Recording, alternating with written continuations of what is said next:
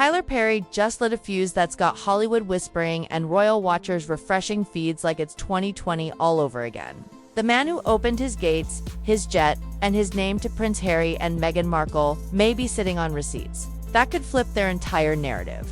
And if you think that sounds dramatic, wait until you hear what insiders say. He kept recordings, legal protections, and late-night strategy talk that wasn't meant for anyone outside that Beverly Hills fortress.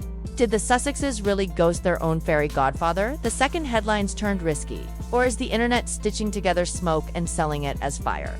Let's dig in. And by the end, you tell me, should Tyler drop the tapes? Before we dive deep, quick favor.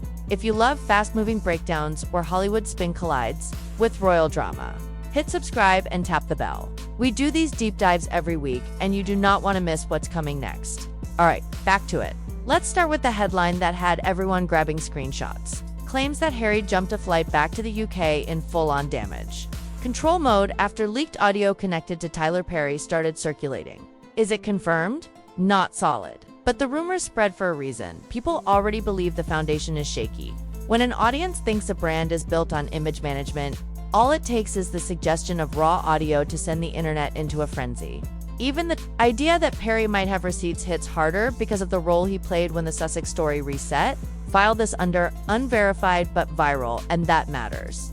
Because what people think is happening shapes view, counts, deals, renewals, and reputations just as much as what's actually in a contract. And that's the thread running through everything you're about to hear: perception, loyalty, leverage. But to understand why a single rumor could send shockwaves through royal in Hollywood circles, we have to rewind to the moment Harry and Meghan needed a lifeline.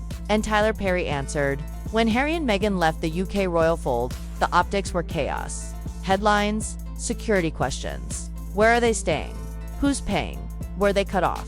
People debated everything from bodyguards to baby photos. In that swirl came Tyler Perry, billionaire studio boss, brand builder, and one-man industry. He didn't just call. He opened his mansion. Private, secure, gated, staffed. The kind of safe landing few people on Earth can offer with one phone call. Perry later described that time as very difficult for them, and he spoke openly about seeing how much the two of them loved each other. That kind of public affirmation from someone with his cultural capital was priceless. It didn't just solve a housing problem. It reframed the narrative. They weren't exiled loners, they had powerful friends. They had chosen family. And Perry was positioned as a protector who stepped in where the monarchy allegedly did not. Inside that mansion, the Sussexes got time to regroup. Baby Archie, privacy, planning, and the start of what would become a full-scale rebrand. Post-royal. Content creators, philanthropic founders, media producers. That incubation period matters because what came out of it, the Oprah sit-down, the Netflix doc, the podcast, all leaned on one emotional pillar. They escaped something cold and found warmth elsewhere.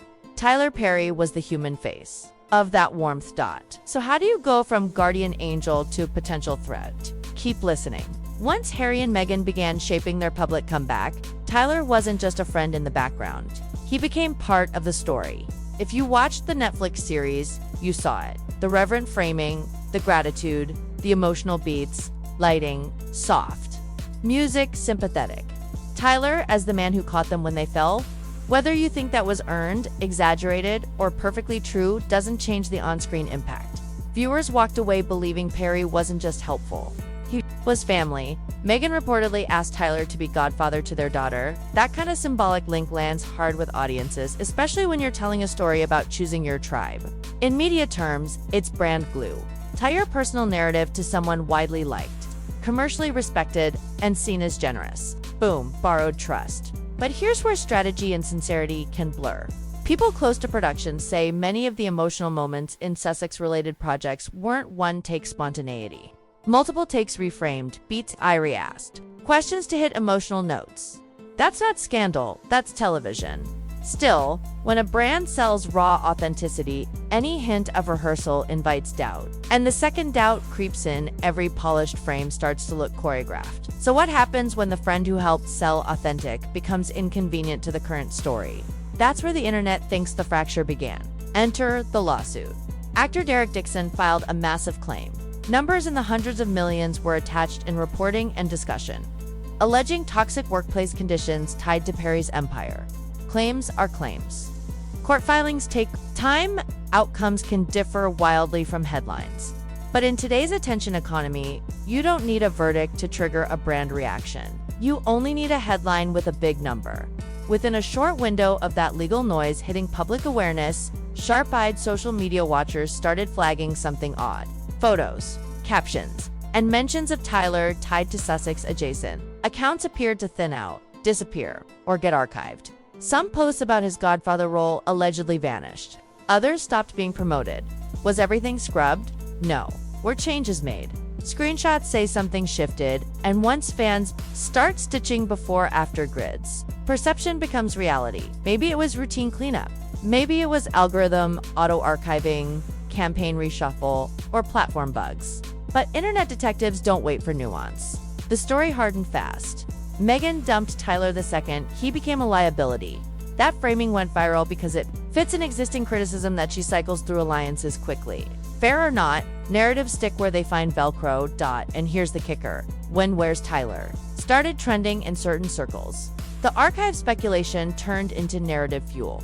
Suddenly, the question wasn't, did posts glitch? It was, what's she hiding?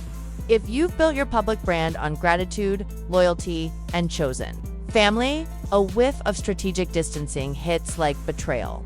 And betrayal gives everyone else permission to talk. Let's talk contracts. Tyler Perry didn't build a billion-dollar studio by winging it. People who've worked in high-stakes celebrity housing, production deals, and brand partnerships will tell you, paperwork gets dense. Confidentiality goes both ways. Reputation protections are real. And buried in pages of legal boilerplate, you'll often find conditional disclosure language basically. If you torch me publicly, I get to defend myself. Rumor, and again, we're being careful here, is that Perry's agreement with Harry and Meghan included a clause allowing him to release context if publicly disavowed. That doesn't mean he can dump family photos, but it can mean emails, timelines, and clarifying materials become fair game if someone publicly erases or misrepresents the relationship. Now ask yourself, if posts disappear and chatter builds that, you cut ties. Does that trigger the defend reputation threshold? If you're Tyler and you feel blindsided, do you quietly remind people you have receipts? A strategically timed leak, a short audio clip, a hint of transcript can do more than a full drop. It tells the other side, I kept records. Don't push this. And that's exactly what observers think happened when a short clip, allegedly of Meghan discussing selective messaging and Harry griping about content angles, started circulating. Whether real, edited, or the clip functioned as a warning shot. Message received. No one should assume what happened inside those walls stays there forever. Let's play it out. Suppose Tyler, under pressure or provocation, releases selected audio showing Harry and Meghan workshopping how to frame royal relatives. Which stories test well? Which emotional beats convert? No major scandal, just strategy. Talk. Even that would hurt, because it reframes emotional interviews as rehearsed campaigns. Now suppose something stronger. Discussions about staging reveals, syncing press timing, or withholding context for maximum sympathy. That crosses from media savvy into manipulative territory for many viewers. Advertisers shy. Streamers get cautious. Renewal leverage collapses. On the flip side, the tapes could vindicate the Sussexes, maybe proving they were abandoned, stressed, and legitimately worried about safety. Maybe showing gratitude to Tyler, not exploitation. If that's what's on file, Perry reminding the world he has, it might actually protect them. That's the wild card. No one outside the inner ring knows the full content, so speculation runs in every direction, which is why the Sussex team, lean or not, should be shoring up that relationship in public. Even a single present-day clip of Harry thanking Tyler would kill half these rumors overnight. The longer the silence, the louder. The internet writes the script for them. Short answer, we don't have hard proof she did. We do have online comparisons showing reduced public mentions in some channels after legal heat hit Perry's name. We have a rumor of a contract clause allowing him to defend his reputation. We have circulating audio clips of disputed origin. We have fan-built timelines stacking lawsuit headlines against social deletions. And we have a pre-existing narrative that Meghan cycles through alliances under pressure. A narrative her critics love and her supporters say is wildly unfair. In other words, the facts are messy, the feelings are loud, and the perception is doing most of the damage. 3 moves could stabilize the perception spiral fast. 1. Joint visibility. Get Harry, Meghan, and Tyler in the same frame, even a still image at an event. Caption it something breezy. Family is family. That alone vaporizes dead too. Us rumors. 2. Controlled clarification. Tyler gives a 2-minute podcast answer. No fallout. Internet's wild. Love them both. Doesn't have to mention clauses or audio. Just tone. 3. Strategic transparency. Sussex channels lean into, we're archiving old posts across the board as we reorganize our feed. Give a process explanation to blunt targeted conspiracy. Will they do any of that?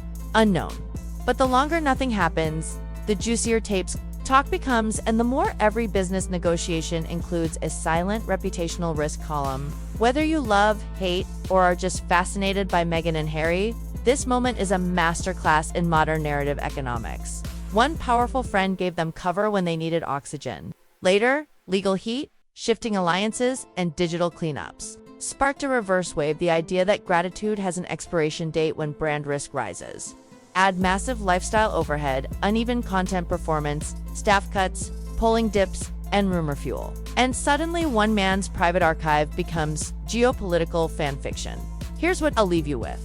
In a media era where reputations are traded like stock, loyalty isn't measured by what people say when the cameras roll. It's measured by who still names you when headlines get messy.